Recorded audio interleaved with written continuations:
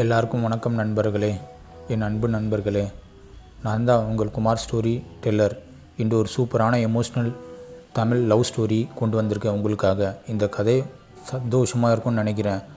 இந்த கதையோட டைட்டில் அவள் டாக்டர், அவன் ஆட்டோ டிரைவர், இடையில் ஒரு மறைமுக காதல். இது ஒரு சூப்பரான ரொமான்டிக்கான காதல் கதை. சரி வாங்க டைரெக்டாக நம்ம கதைக்குள்ளே போயிடலாம். இது செம்ம ரொமான்டிக் ட்விஸ்ட்டு டர்ன்ஸு, உங்கள் நெஞ்சை தொடர மாதிரி கண்ணீர் வர வைக்கிற மாதிரி ஒரு கதை இருக்குது. முதல்ல ஒரே ஒரு கேள்வி, நீங்கள் எந்த இடத்துலேருந்து இந்த வீடியோவை பார்க்குறீங்க? சென்னையா, மதுரையா, கோயம்புத்தூரா, இல்லை வேறு ஏதாவது ஒரு இந்தியாவில் ஒரு இடமா? இப்போது என்ன நேரம் நீங்கள் பார்க்குற நேரம்? காலைல 6 மணியா, 7 மணியா, நைட்லாம் 10 மணியா? உங்கள் பேர் என்ன? ரம்யாவா, கார்த்தியா, இல்லை வேறு ஏதாவதா? கமெண்ட் செக்ஷனில் தயவுசெய்து சொல்லுங்கள், நான் ரிப்ளை பண்ணுறேன். இதே மாதிரி எங்ககிட்டேயும் பேசுங்க, நம்ம எல்லோரும் ஒரே ஃபேமிலி தான். இந்த வீடியோ பிடிச்சிருந்தால் தயவுசெய்து சப்ஸ்கிரைப், லைக், பெல் ஐக்கன் அழுத்துங்க. மறக்காமல் எல்லாருக்கும் ஷேர் பண்ணுங்கள். உங்கள் சப்போர்ட் தான் என் மோட்டிவேஷன் பண்ணுறது. சரி, இப்போ கதைக்குள்ளே போவோம். இந்த கதை சென்னையில் நடக்கிறது. 2023ஆம் ஆண்டு ஜூன் மாதம். அவளோட பேர் டாக்டர் பிரியா, வயசு 32. அவள் அப்போலோ ஹாஸ்பிட்டலில் கார்டியாலஜிஸ்ட்டாக வேலை செய்கிறா. அழகான முகம், கருப்பு நிறம் ஹேரு, நீல கலர் சேலையில் டெய்லி ஹாஸ்பிட்டலுக்கு போவான். அவள் கண்ணில் 2 பெரிய இருக்கும். அந்த கண்ணில் ஒரு ஆழமான சோகம் இருக்குது. ஏன்னா அவளுக்கு வாழ்க்கையில் எல்லாம் இருந்தாலும் உண்மையான சந்தோஷம் கொஞ்சம் கூட கம்மி. அவள் கணவர் பேர் அருண், வயசு 35, சாஃப்ட்வேர் இன்ஜினியர், டாட்டா கன்சல்ட்டிங்கில் வேலை பார்க்குறாரு. அவங்க 2 பேரும் 2018 கல்யாணம் பண்ணியிருக்காங்க. லவ் கம் அரேஞ்ச் மேரேஜ் தான். ஆரம்பத்தில் எல்லாமே நல்லா தான் போயிட்டு இருந்துச்சு 2 பேருக்கு நடுவில். ஆனால் இப்போ அருண் எப்போவுமே பிஸி. டெய்லி நைட் ஷிஃப்ட்டு 10 மணிக்கு மேலே தான் வீட்டுக்கே வருவார். வந்தாலும் லேப்டாப்பில் திறந்து அவர் ஆஃபீஸில் கொடுத்த வேலை தான் பார்த்துட்டே இருப்பார். பிரியா அவனுக்கு அத்தை மக. தமிழ் உறவுப்படி அவள் அவனுக்கு மச்சினிச்சு. குடும்பம் சொல்லி கல்யாணம் தான் பண்ணி வச்சாங்க. 2 வீட்டார் சம்மதத்தோடு தான். அவங்க இடையில் ரொமான்ஸ் கொஞ்சமாக காணாமல் போயிட்டே இருக்குது. பிரியா எப்போவும் தனியாக தான் உணர்ந்தா. அவள் மனசு ஏங்குது ஒரு உண்மையான துணைக்காக. ஒரு நாள் ஜூன் 15 காலையில் ஒரு 8 மணிக்கு சென்னையில் காலையில் டிராஃபிக் ஜாம் ஆகுது. சூரியன் கொஞ்சமாக உச்சி ஏறுது. பிரியா ஹாஸ்பிட்டலுக்கு போகணும்னு சொல்லி முடிவு பண்ணியிருக்கான். ஆனால் அவள் கார் ரொம்பவே பஞ்சர் ஆகிடுச்சு. என்ன பண்ணுறதுன்னே தெரில அவருக்கு. காலையிலே மெக்கானிக் கிட்ட ஃபோன் பண்ணி கத்திட்டே இருந்தா. ஆனால் நேரம் ரொம்ப ஆகிட்டே இருக்குது. அவள் மனசு ரொம்பவே பதட்டமாக இருந்துச்சு. பேஷண்ட்லாம் வெயிட் பண்ணிகிட்டே இருக்காங்க. அப்போது தான் ரோடு ஓரத்தில் ஒரு ஆட்டோ நின்றுச்சு. அந்த ஆட்டோ டிரைவர் ஓடி வராரு. அவரோட பேர் தான் ராஜா, நம் கதையின் நாயகன். அவருக்கு வயசு கிட்டத்தட்ட 28 வயசு. மதுரையிலேருந்து சென்னைக்கு 5 வருஷமாக இங்கே வேலை செஞ்சுன்னு இருக்காரு. அவர் உடம்பு பார்க்குறது சூப்பராக நல்லா கட்டுக்கோப்பாக இருக்கும். சிவப்பு கலரு டிஷர்ட் போட்டுட்டு இருந்தார், கருப்பு ஜீன்ஸு. ஆட்டோவில் மதுரை மீனாட்சி ஸ்டிக்கர்னு ஒட்டி இருந்துச்சு. அவன் முகத்தில் ஒரு இயல்பான சிரிப்பு, கண்ணில் 2 உயிரோட்டமாக இருந்துச்சு. ராஜா உண்மையிலேயே அவள் அப்பாவோட நண்பன் மகன். சின்ன வயசுலேயே பார்த்துருக்காங்க போல் இருக்குது. ஆனால் பிரியா அவனை மறந்துட்டாங்க. ஏன்னா இப்போது வயசு அதிகமாகிடுச்சு 2 பேருக்கும். சென்னை வாழ்க்கை அவளையே எப்படி மாற்றிடுச்சின்னு பாருங்களேன். இருந்தாலும் ஊரில் பார்த்து ஒன்றா சின்ன வயசில் வாழ்ந்த நண்பர்கள் இப்போ 2 பேரும் யாருன்னே 2 பேருக்கும் நடுவில் தெரியவே மாட்டேங்குது. மேடம் எங்கே போகணும் அப்படின்னு சொல்லிட்டு ராஜா கேட்குறாரு. கேட்டவுடனே அவங்க குரல் கொஞ்சம் கம்பீரமாக தெரியுது, ஆனால் அன்பாக இருந்துச்சு. பிரியா அவன் குரல் கேட்டு சட்டு திரும்பி பார்த்தான். அவள் ஹார்ட் பீட் ஒரு செகண்ட் அப்படியே ஸ்கிப் ஆச்சு. ஏன்னா அவன் கண்ணில் ஒரு அழகான பார்வை, ஒரு சைட் அடிக்கிற மாதிரி தெரிஞ்சிச்சு. அப்போலோ ஹாஸ்பிட்டல் அண்ணா நகர் போகணும் அப்படின்னு சொல்லிட்டு பிரியா சொன்னான். கொஞ்சம் அவசரமாக அப்படின்னு சொன்னான். ஆட்டோ ஸ்டார்ட் ஆச்சு. வழியில் போகும்போது டிராஃபிக் ஜாம் அதிகமாகிடுச்சு. சென்னை ரோடு அப்படி தான், சிக்னல் எல்லாம் நிறைய நேரம் எடுக்கும். ராஜா பின்னால் இருந்து பேச ஆரம்பித்தான். மேடம் நீங்கள் டாக்டரா அப்படின்னு கேட்டான். பார்க்க ரொம்ப பிஸியாக இருக்கீங்க, என் அம்மா ஹார்ட் ப்ராப்ளம் இருக்குது, கொஞ்சம் அட்வைஸ் கொடுக்க முடியுமா அப்படின்னு சொல்லிட்டு அவங்க கேட்டான். அவன் சொன்ன விதம் அவளுக்கு ரொம்பவே பிடிச்சி போச்சு. ஏன்னா அருண் கூட இப்படி தான் பேசி ரொம்ப நாள் ஆயிடுச்சு. பிரியா சிரித்து பேச ஆரம்பித்தான். ஆமாம் அண்ணா, நான் கார்டியாலஜிஸ்ட் தான். உங்கள் அம்மாவுக்கு என்ன சிம்டம்ஸ் இருக்குது? டயட் கவனிங்க, உப்பு கம்மியாக சாப்பிடுங்க. அவள் பேசும்போது அவள் மனசு லேசாகிடுச்சு. ஏன்னா வீட்டில் இப்படி யாரும் பேசுறதுக்கு ஆளே இல்லை. ராஜா அவள் முகத்தை பார்த்து சிரித்தான். அவன் மனசில் ஒரு உணர்ச்சி ஓடிச்சு. ஹாஸ்பிட்டலில் போய் சேர்ந்துப்பா. பிரியா தேங்க்ஸ் அண்ணா 50 ரூபா கொடுத்தான். ஆனால் ராஜா சிரிச்சுட்டு 20 ரூபா போதும் மேடம், உங்கள் சிரிப்பு போனஸ்ன்னு சொன்னான். அந்த வார்த்தைகள் அவளை ரொம்பவே ஹார்ட் டச் பண்ணிச்சு. பிரியா சிரிச்சுக்கிட்டே உள்ளே போனான். ஆனால் அவன் மனசில் அவளோட போயிடுச்சு. அன்று இரவு ராஜா வீட்டில் படுத்திருந்தான். அவன் அம்மா விஜயா கேட்டான், என்னடா இன்றைக்கி சிரிப்பு அதிகமாக இருக்குன்னு. ராஜா சிரிச்சுக்கிட்டே ஒன்றுமில்லம்மா அப்படின்னு சொன்னான். ஆனால் உள்ளுக்குள்ளே பிரியா நினச்சிக்கிட்டு காதலில் மலர்ந்துட்டு இருந்தான். அடுத்த நாட்களில் பிரியா டெய்லி ராஜா ஆட்டோவில் தான் போனான். அவளுக்கு ஸ்பெஷல் வெயிட் பண்ணா. காலையில் ஒரு 7:45 இருக்கும். அவள் வீட்டுக்கு கேட் முன்னாடி வந்து நின்னான். பேச்சு கொஞ்சம் கொஞ்சமாக அதிகமாகிடுச்சு 2 பேருக்கு நடுவில். ராஜா தன் மதுரை ஸ்டோரியை பற்றி சொல்லுவான். மதுரையில் எங்கள் வீடு மீனாட்சி கோவில் அருகில் தான் இருக்குது அப்படின்னு சொன்னான். அம்மா டெய்லி போவா. பிரியா அவன் ஹாஸ்பிட்டலில் கேஸ்கள் சொல்லுவான். இன்றைக்கி ஒரு பேஷண்ட்டு 45 வயசு ஹார்ட் அட்டாக்கு வந்துச்சு, சேவ் பண்ணினோம். அவங்க பேச்சு இயல்பாக ஓடிச்சு. ஆனால் உள்ளுக்குள்ளே ஒரு உணர்ச்சி வளர்ந்துட்டே இருந்துச்சு 2 பேருக்கு நடுவில். ஒரு நாள் ஜூலை 2 சென்னையில் வந்து பெரிய மழை பெய்யுது. ஆட்டோலாம் போகும்போது இருவரும் ஈரமாயிடுச்சு. ராஜா தன் ஜாக்கெட்டை கழட்டி கொடுத்தான். மேடம் கோல்டு வரும் போத்திங்க. பிரியா அதை தொட்ட பார்த்துப்போ ஒரு ஸ்பார்க் மாதிரி உணர்ந்தா. அவள் மனசு கலங்கிச்சு. அருணோட ரொமான்ஸ் இல்லாத வாழ்க்கை நினச்சி அழுகையாக வந்துச்சு. ராஜா அவள் கையை மெதுவாக பிடிச்சான். கவலைப்படாதீங்க மேடம், எல்லாம் சரியாயிடும்னு சொன்னான். அதுதான் முதல் டச் அவங்க 2 பேர் நடுவில். அந்த தொடுதல் அவங்க 2 பேருக்கும் ஒரு புதிய உலகத்தையே நிறுத்திச்சு. மறைமுக காதல் அங்கே தான் ஸ்டார்ட்டே ஆகிடுச்சு. அன்று இரவு பிரியா வீட்டில் இருந்து அருணுக்கு ஃபோன் பண்ணான். ஆனால் அவன் பிஸி மீட்டிங்கு அப்படின்னு சொல்லிட்டு ஃபோனையே கட் பண்ணிட்டான். அவள் தனியாக தான் உட்காந்து ராஜாவை நினச்சிட்டு சிரிச்சிட்டே இருந்தா. பழைய காதல் நினைவுகளை நினச்சிட்டு. பிரியா அவள் ஃப்ரெண்டு லக்ஷ்மிக்கு இதை சொன்னான். லக்ஷ்மி 30 வயசு, அவள் ஹாஸ்பிட்டலில் நர்ஸு. பிரியா நீ மேரீடு, இது கொஞ்சம் ரிஸ்க்கு, கவனமாக இரு, சமூகம் என்ன சொல்லுன்னு அட்வைஸ் கொடுத்தான். லக்ஷ்மி உண்மையை நம்பி அவள் கவலை உண்மையாகவே இருந்துச்சு. ராஜாவுக்கு அவன் ஃப்ரெண்டு குமார் 29 வயசு மெக்கானிக்கு. டே ராஜா, அவள் டாக்டர்ரா. பெரிய வீடு, நீ ஆட்டோ டிரைவரு, பொருத்தம் இல்லைடா, மனசை கட்டுப்படுத்துகிறா அப்படின்னு சொல்லி அட்வைஸ் கொடுத்தான். குமார் அவனுக்கு சின்ன வயசு நண்பன். அவன் அட்வைஸ் நல்லா இருந்தாலும் ராஜா வந்து கேட்கவே மாட்டேன்றான். ஏன்னா டாக்டர் பொண்ணு வழியாக வருது, நம்ம ஏன்டா விடணும்னு சொல்லிட்டு மனசில் அவனுக்கு ஒரு இது. காதல் அப்படி தான்டா, அது வளர்ந்துச்சு. ஒரு நாள் ஆகஸ்ட்டு காலையில் ஒரு 10 மணி இருக்கும். காலையில் ராஜா அவளுக்கு ஒரு ரெட் ரோஸ் எடுத்து கொடுத்தான். மேடம் உங்கள் கண் என்னை ரொம்பவே கொல்லுது, நான் உங்களை ரொம்பவே ரசிக்கிறேன் மேடம். பெரிய அப்படியே ஷாக் ஆயிடுச்சு. ஆனால் உள்ளுக்குள்ளே ரொம்பவே ஹாப்பி. அருண் அன்று ஆஃபீஸ் ட்ரிப்பு போயிருந்தான் பெங்களூருக்கு. அவங்க ஃபோன் நம்பரு எக்ஸ்சேஞ்ச் பண்ணாங்க. நைட் மெசேஜ் பண்ணாங்க 2 பேரும் மாற்றி மாற்றி. குட் நைட் பிரியா, நாளைக்கு சந்திப்போம், ஸ்வீட் ட்ரீம்ஸ் ராஜா, டேக் கேர் அப்படின்னு சொன்னாங்க. இந்த மெசேஜ்கள் அவங்க வாழ்க்கையே ஒரு மாற்றிச்சு. மறைமுக காதல் இன்னும் வலுவாச்சு. பிரியா இப்போது ஹாஸ்பிட்டலில் கூட சிரிப்பாக இருந்தா. பேஷண்ட் கூட கவனிச்சாங்க. ராஜா ஆட்டோ ஓட்டும்போது பாட்டு பாடிட்டே இருந்தாங்க. அவங்க வாழ்க்கையில் ஒரு புது ஒளி பிரகாசமாக எரிய ஆரம்பிச்சிச்சு. ஆனால் இது எங்கே போய் முடியும்னு தெரில. செப்டம்பர் 2023 பிரியா அண்ட் ராஜா காதல் டீம் ஆயிடுச்சு. அவங்க 2 பேருக்கும் டெய்லி மீட் பண்ண ஆரம்பித்தாங்க. சில சமயம் ஆட்டோலேயே கொஞ்சம் நேரம் பேசிகிட்டே இருப்பாங்க. இல்லைன்னா சென்னையில் உள்ள பார்க்கில் சந்திக்க ஆரம்பித்தாங்க. அந்த சந்திப்புகள் அவங்களுக்கு உலகமே மறந்து போகும் அளவுக்கு சந்தோஷமாக கொடுக்கும். பெரிய ஹாஸ்பிட்டலில் இருந்து வந்து கொஞ்சம் டயர்டில் இருந்தாலும் ராஜாவை பார்க்கும்போது தான் அந்த சோறு எல்லாமே பறந்து போயிடும். ராஜா ஆட்டோ ஓட்டி முடித்து அவளுக்கு வெயிட் பண்ணுவான். அவன் முகத்தில் ஒரு பிரகாசம் வரும். அவங்க பேச்சு சாதாரணமான விஷயங்கள் இருந்து ஆழமான உணர்ச்சிகளுக்கு போகும். என் வாழ்க்கையில் நீ இல்லைன்னா என்ன ஆகுமோ அப்படின்னு சொல்லிட்டு ராஜா வந்து சொல்லுவான். பிரியா கண் கலங்கி நீ தான் என் உயிர்னு பதில் சொல்லுவான். ஒரு நாள் செப்டம்பர் 15 இன்டிமிடேட்ஸ் பார்க், நுங்கம்பாக்கத்தில் ஒரு பார்க் இருக்குது. அங்கே போனாங்க 2 பேரும். அது வந்து ஒரு மாலை நேரம். மரங்கள் கீழே சூரியன் ஒளி படர்ந்து அழகான இருந்துச்சு. இருவரும் ஒரு பெஞ்சில் உட்காந்து பேச ஆரம்பித்தாங்க ரொமான்டிக்காக. ராஜா அவள் கையை மெதுவாக பிடிச்சி, பிரியா நான் உன்னை ரொம்பவே லவ் பண்ணுறேன், நீ என் லைஃபு, என் எல்லாமே சொன்னான். அவன் குரலில் நடுங்க.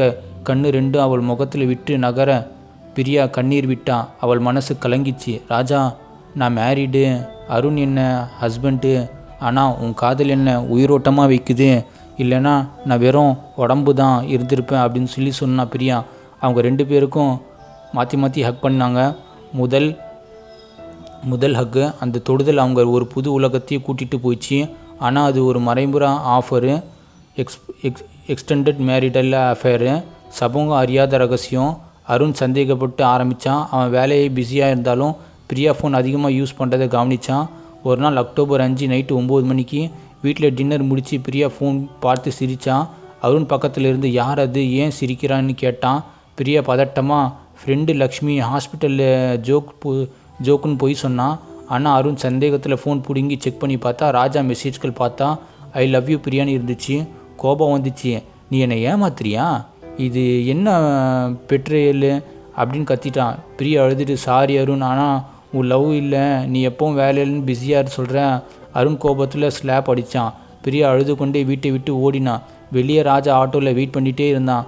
அவளை பார்த்ததும் ஓடி வந்து கூட்டிகிட்டு போனான். ராஜா அவளை மதுரைக்கு கூட்டிகிட்டு போனான், அவன் அம்மா வீட்டுக்கு. அது ஒரு சின்ன வீடு, மதுரையில் அமைதியான ஒரு ஏரியா, வில்லேஜ் ஏரியா. அவங்க அம்மா பேர் வந்து விஜயா. கிட்டத்தட்ட அவங்க அம்மாவுக்கு வந்து 55 வயசு, விதவை. அவள் காலையில் இருந்து சமையல் பண்ணிகிட்டே இருந்தா. திடீர்னு மகன் ஒரு பொண்ணோட வருவதை பார்த்து ரொம்பவே ஷாக் ஆகிட்டாங்க. மகனே, இவ யாருடா, என்னடா நடந்துச்சு அப்படின்னு சொல்லி கேட்டான். ராஜா அம்மா காலில் விழுந்தா. அம்மா, இவன் என் லவ் பண்ணுற பிரியாம்மா, என் லவ்வர்மா. அவள் வீட்டில் ப்ராப்ளம்னு சொன்னான். விஜயா ஷாக் ஆயிடுச்சான். அவள் மேரிட்ரா, தமிழ் உறவுகளுக்கு முறைப்படி அது தப்புடா, குடும்பம் என்ன சொல்லுன்னு சொன்னான். ஆனால் பிரியா அழுது, அத்தை எனக்கு ஹெல்ப் பண்ணுங்க, நான் ராஜா தவிர யாரையும் இல்லை. கொஞ்ச நாள் விஜயா மனசு இலகிச்சு. அவளை உள்ளே வச்சு அங்கே 3 நாட்கள் இருந்தாங்க. ரொமான்டிக் மூமெண்ட்ஸ் நிறைய இருந்துச்சு வீட்டுக்குள்ளேயே. மதுரை மீனாட்சி கோயில் போனாங்க. ஜோடியாக பிரார்த்தனை எல்லாம் பண்ணாங்க. அம்மா எங்கள் காதலை காப்பாற்றுங்க பிரியா வேண்டுனா. ராஜா அவளை பார்த்து, நான் உன்னை விடவே மாட்டேன் அப்படின்னு சொன்னான். அருண் போலீஸ் கம்ப்ளைண்ட்லாம் கொடுக்க ஆரம்பிச்சிட்டான். என் ஃபேமிலியே மிஸ்ஸிங்கு, என் பொண்டாட்டி கிட்னாப் பண்ணி ஆகிட்டாங்க அப்படின்னு சொல்லி போலீஸ் இன்ஸ்பெக்டர் ராம் கிட்ட 40 வயசு இருக்கும், அவர் சென்னை ஸ்டேஷனில் கம்ப்ளைண்ட் பண்ணிட்டாரு. அவன் அருண் ஃப்ரெண்டு, அதனால ஸ்பெஷல் இன்ட்ரெஸ்ட் எடுத்தான். ஃபோன் ட்ராக் பண்ணி ராஜாவை கண்டுபிடிச்சான். மதுரை போனான். நவம்பர் 20ஆம் போலீஸ் ரெய்டு. காலையில் வீடு சுற்றி வளைச்சாங்க. ராஜா அரெஸ்ட் பண்ணாங்க.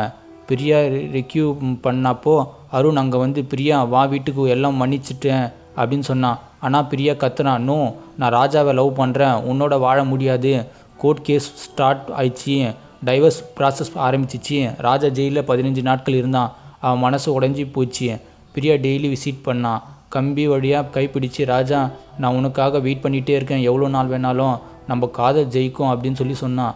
லக்ஷ்மி, பிரியா ஃப்ரெண்ட்ஸு. அருணுக்கு சீக்ரெட் லவ் இருந்துச்சு. அவள் அருணுக்கு ஹெல்ப் பண்ணி பிரியாவை பிரிக்க ட்ரை பண்ணான்.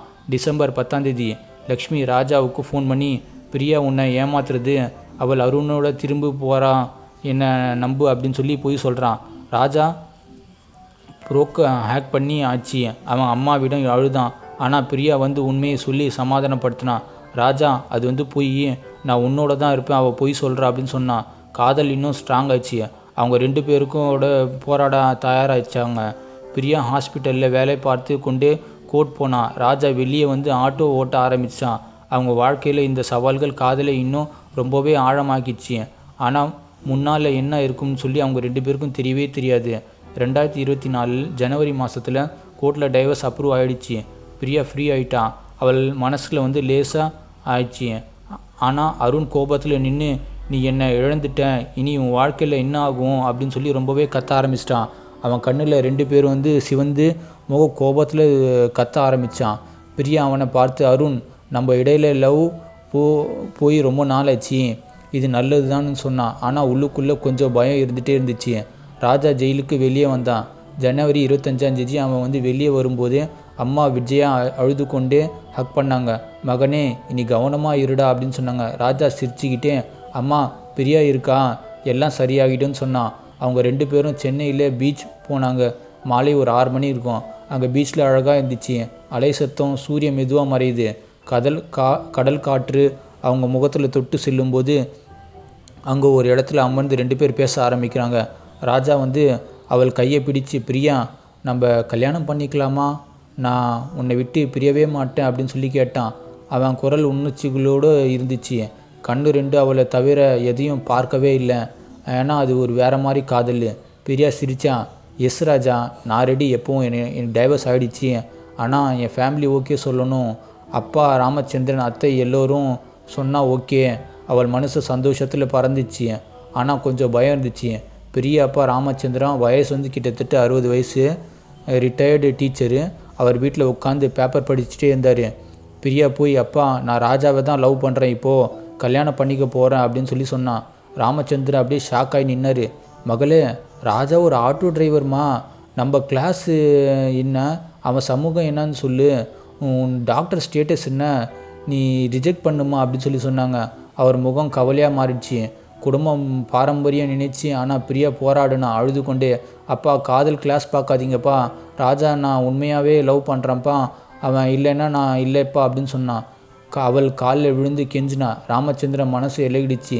சரி மகளே, உன் சந்தோஷம் தான் ஏன் சந்தோஷம்னு ஃபைனலாக ஓகே சொல்லிட்டாரு. அவர் கண்ணீரில் விட்டார். ஆனால் உள்ளுக்குள்ளே ஹாப்பி. பிப்ரவரி 14 வேலண்டைன்ஸ் டே அன்னைக்கு சீக்ரெட்டாக மீட் பண்ணி 1 இயர் ஹோட்டல் ரூம் எம்ஜிஆர் நகரில். அவங்க ரூம் ரொமான்டிக்காக அட்மாஸ்பியரில் நிறைஞ்சிருந்துச்சு. ரெட் கலர் லைட்ஸ் மெதுவாக ஒளிருது. ரோஸ் பெட்டல்ஸ் பெட் மேலே சிதறி கிடைக்குது. அறையில் லைட் மியூசிக்கு. ரெட் லைட் டேபிள் மேலே அவங்க 2 பேரும் க்ளோஸாக வந்தாங்க. ராஜா பிரியா கையை பிடிச்சி ஐ லவ் யூ பிரியா, நீ தான் என் உலகம் அப்படின்னு சொல்லிட்டு ரொமான்டிக்காக பேச ஆரம்பித்தாங்க. பிரியா கண்ணை மூடுனா. அவன் இதே வேகமாக அடிக்க ஆரம்பிச்சிச்சு. அதுதான் ஒரே ஒரு உமா கொடுக்குற சீனு, ஸ்டார்டிங் சீனு. அவன் உதட்டில் அவன் பேசினான். எப்படி பேசுனா நீங்களே முடிவு பண்ணிங்க. டிப் கிஸ்ஸு 5 நிமிஷத்துக்கு நீடிச்சு. Emotional heart touching moment. அவங்க கண்ணீர் கலந்த சிரிப்பு. அந்த உமா அவங்க காதலை உறுதிப்படுத்திச்சு. பிறகு கிளைமேக்ஸ். இருவரின் மகிழ்ச்சியாக ரொம்ப நேரம் அந்த மாதிரி விளையாடினாங்க. ஒரே ஒரு டைம் அவங்க 2 பேரும் ஒருவரை ஒருவர் தழுவினார்கள். பெட்டில் படுத்தார்கள், உறங்கினார்கள். ராஜா அவள் உடலை ரசித்தான். டென்டர் டச் பண்ணான். அவன் கையை அவள் தோளில் டச் பண்ணிச்சு. பிரியா ராஜா என்னையே ஆக்குன்னு உன்னோட தான் அப்படின்னு சொல்லி மாற்றி மாற்றி பேசிக்கிட்டாங்க. அது ஒரு ஃபேமிலியான மூமெண்ட்டு, எமோஷ்னலான இருந்துச்சு. அவங்க யூனியன் ஹார்ட் அதிகமாகிடுச்சு. அவர்கள் காதல் ஒன்றானது. நீங்களே புரிஞ்சுக்கோங்க. அந்த இரவு அவங்களுக்கு மறக்க முடியாதது. காதல் உச்சம். ஆனால் அடுத்த நாள் பிப்ரவரி 15 காலையில் 9 மணிக்கு ஹோட்டல் ரூமில் அவங்க 2 பேரும் சந்தோஷமாக இருந்தாங்க. திடீர்னு டோர் நாக் சத்தம். பிரியா போய் திறந்தான். அருண் நின்னா. முகம் கோபத்தில் சிவந்து. லக்ஷ்மி சீக்ரெட் டஃப் கொடுத்துச்சு. அவள் அருணுக்கு ஹெல்ப் பண்ணி இடத்த சொல்லியிருக்கான். அருண் கத்தி, பிரியா நீ என்னை பெட்ரேல் பண்ணிட்டேன், இது என்ன துரோகம் அப்படின்னு சொன்னான். ஃபைட் ஆயிடுச்சு. ராஜா அருணை தள்ளி போ, அருண் அவனை விட்டுட்டு சொன்னான். ராஜா அடி வாங்கினான். ரத்தம் வந்துச்சு. பிரியா அழுது அருண் ப்ளீஸ் போதுன்னு சொன்னான். ஆனால் அருண் கோபத்தில் அவன் உன்னை விட மாட்டேன்னு, உன்னோட அவனை சாகணும் அப்படின்னு சொல்லி துப்பாக்கி எடுத்தான். அப்போது போலீஸ் வந்துச்சு. அதனால் துப்பாக்கி இருந்துச்சு. ராஜா பிரியாவை காப்பாற்ற ட்ரை பண்ணான். அருண் முன்னாலே நின்னான். ஷாட் சத்தம். ராஜா நெஞ்சிலே ஷாட் ஆகி விழுந்துட்டான். டயர்ட் ஆனான். அவ்வளோதான், ஃபினிஷ். பிரியா ஷாக்கை நின்னான். அவன் உடலை பிடிச்சி அழுதா. ராஜா எழுந்திரின்னு. அருண் அரெஸ்ட் ஆயிடுச்சு. போலீஸ் வந்து கைது பண்ணிட்டாங்க. பிரியா இப்போது சிங்கிள். ராஜா நினைவோடு வாழறான். அவள் ஹாஸ்பிட்டலில் வேலை பார்க்குறான். ஆனால் இரவுகள் எல்லாமே ராஜா படம் பார்த்து அழுகிறான். ஹார்ட் பிரேக்கல். ஆனால் அவள் காதல் அவளை உயிரோடு தான் வச்சுன்னு இருக்குது. என்ன நண்பர்களே, இந்த கதை உங்களுக்கு கண்டிப்பாக ஹார்ட் டச்சிங்காக நினைக்கிறேன். பிடிச்சிருந்தால் தயவுசெய்து கமெண்ட் செக்ஷனில் சொல்லுங்கள், ஷேர் பண்ணுங்கள். அடுத்த வீடியோ எப்படி இருக்குன்னு சொல்லிட்டு பார்க்கலாம். நன்றி, வணக்கம், பாய் பாய், டேக் கேர்.